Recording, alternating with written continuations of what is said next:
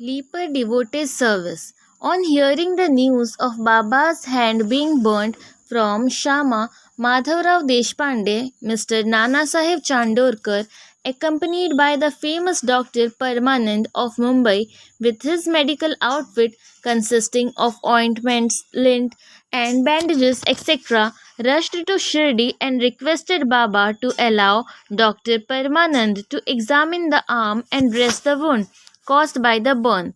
This was refused. Since that day, the burnt arm was dressed by Bhagoji Shinde, a leper devotee.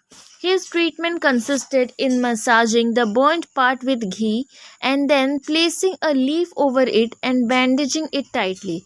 Mr. Nana Sahib Chandorkar solicited Baba many a time to unfasten the bandages, get the wound examined, dressed, and treated by Dr. Parmanand with the object that it may heal fast.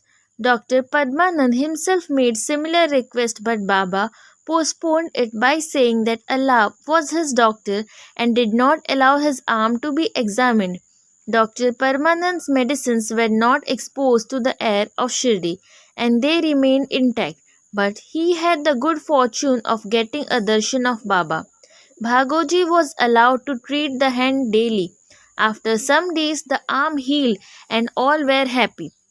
Still, we do not know whether any trace of pain was left or not. Every morning, Bhagoji went through his program of uniting the bandages, massaging the arm with ghee, and tightly bandaging it again. This went on till Sai Baba's Samadhi death. Sai Baba, a perfect Siddha as he was, did not really want this treatment, but out of love for his devotee, he allowed the Upasana service of Bhagoji to go on uninterrupted all along. When Baba started for Lendi, Bhagoji held an umbrella over him and accompanied him. Every morning when Baba sat near the post close to Dhuni, Bhagoji was present and started his service. Bhagoji was a sinner in his past birth. He was suffering from leprosy. His finger had shrunk. His body was full of pus and smelling badly. Though outwardly he seemed so unfortunate, he was really very lucky and happy, for he was the premier servant of Baba and got the benefit of his company. Master Khapardi's plague case. I shall now relate another instance of Baba's wonderful Leela. Mr. Khapardi, the wife of Mr. Dada Sahib Khapardi of Amravati, was staying at Shirdi with her young son for some days. One day the son got high fever, which further developed into bubonic plague. The mother was frightened and felt most uneasy. She thought of leaving the place for Amravati and went near Baba in the evening. When he was coming near the Vada, now Samadhi Mandir, in his evening rounds for asking his permission, she informed him in a trembling tone that her dear young son was down with plague. Baba spoke kindly and softly to her, saying that the sky is beset of clouds, but they will disperse and pass off, and everything will be smooth and clear. So saying, he lifted up his kafni up to the waist and showed to all present four fully developed buboes as big as eggs and added, "See how I have to suffer for my devotees. Their difficulties are mine." Seeing this unique and extraordinary deed, Leela, the people were convinced as to how the saints suffer pains for their devotees. The heart of the saint is softer than wax. It is soft in and out as butter. They love their devotees without any idea of gain and regard them as their true relatives. Going to Pandharpur.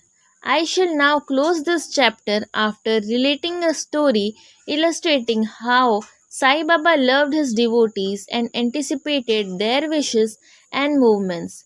Mr. Nana Sahib Chandorkar, who was a great devotee of Baba, was Mamlatdar at Nandurbar in Khandesh. He got an order of transfer to Pandharpur.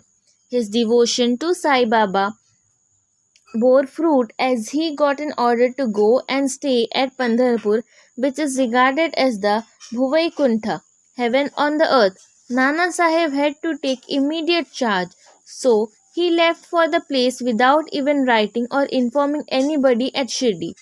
He wanted to give a surprise visit at Shirdi, his Pandharpur, see and salute his Vithoba Baba, and then proceed further. Nobody knew of Nana Sahib's departure for Shirdi, but Sai Baba knew all about this, as his eyes were everywhere, omniscient. As soon as Nana Sahib approached Neemgaon, a few miles from Shirdi, there was a stir in the masjid at Shirdi. Baba was sitting and talking with Malsapati, Appa Shinde, and Kashiram, when he at once said, "Let us all four do some bhajan. The doors of Pandhari are open. Let us sing merrily." Then they began to sing in chorus, the bhava of the song being, "I have to go to Pandharpur, and I have to stay on there, for it is the house of my Lord." Baba sang, and the devotees followed him. After a short while, Nana Sahib came there with his family, prostrated himself before Baba, and requested him to accompany them to Pandharpur and stay with them there.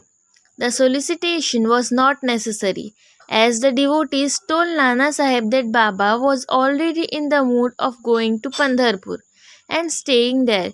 Hearing this, Nana Sahib was moved and fell at Baba's feet. Then, after getting Baba's permission, Udi, sacred ash, and blessings, Nana Sahib left for Pandharpur. There is no end to Baba's stories, but let me now stop here, reserving for the next chapter other topics, such an importance of human life, Baba's living on alms, Bai Jabai's service, and other stories. Bow to Sri Sai. Peace be to all. Thank you.